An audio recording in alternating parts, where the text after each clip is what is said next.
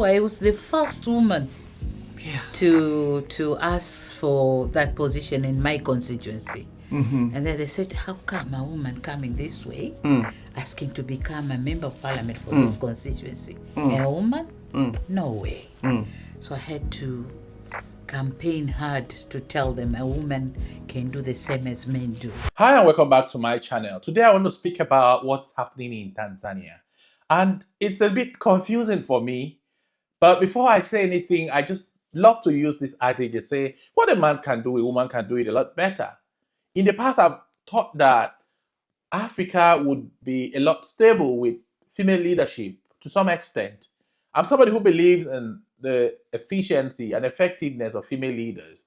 I have seen where they perform remarkably well, no doubt. So Tanzania should be heading to the polls in 2025 by October. And as we speak, there's been a lot of political crisis and tensions.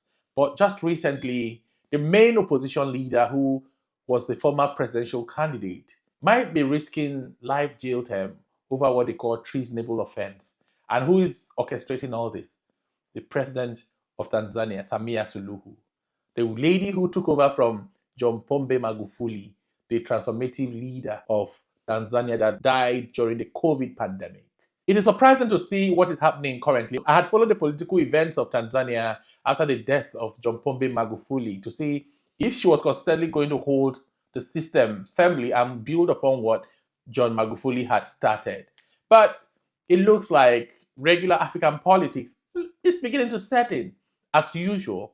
Because I look at the number of vehicles in her convoy, I try to look at her policy directions and build up to this election based on what their system was that I've always known is that ordinarily she shouldn't be running for another term of office because Tanzania have had this democratic system put in place by their political leader, the revered philosopher Julius Nyerere, who helped in developing the democracy that Tanzania runs on and a lot of African nations admire today. So the main opposition leader of Chadema party, Lisu Tundu, is currently being oppressed. There's been a lot of attacks on his party. His party's been barred from running for future offices, including himself. There's oppression of opposition voices, restriction of gatherings, and all kinds of things that happens during any maximum rulership. And I wonder, why should any woman who's like a mother maximize power in this manner? As we speak, lawyers from neighboring country like Kenya, a former minister of justice in Kenya, and other Kenyans were deported from Tanzania because they wanted to come monitor the trial of this opposition leader who has refused to attend any sitting or court hearing except it was a public court. I think he was trying to ensure that his rights were guaranteed. They didn't chase their neighboring Kenyan partners away. This is not something they usually do within those regions. But you could see that she is alleging that foreigners and international communities have suddenly have interference in their local politics. And this is where I always have my concern. African leaders are always the first to hail the West and any bloc they align with at a particular time. But when they begin to abuse democracy, they are quick to blame the West and others who are not even bothered about their politics. How do you explain that an opposition leader who was campaigning and advocating no reforms, no election, which is just a normal thing anyone needed to do, will be charged for treasonable offenses? He has refused to sign any sort of agreement or policy because he says until there's a reform, he doesn't trust that the elections are going to be free and fair. Why should African leaders continue in this manner and show off shame? This brings us to one of the reasons why I said I'm not a believer in democracy. That is not to say that democracy might not work for some people.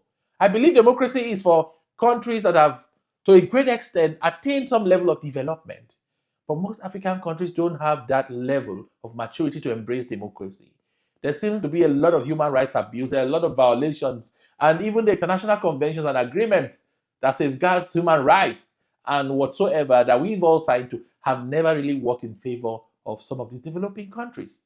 It's one of the reasons why I believe that governance system that reflects the wishes, the dreams and aspirations of the people is what they should adopt. That's what I believe in. I see no reason why anyone needed to be held against their wishes just because they wanted to run for office. They are calling for accountability and openness in the electoral process.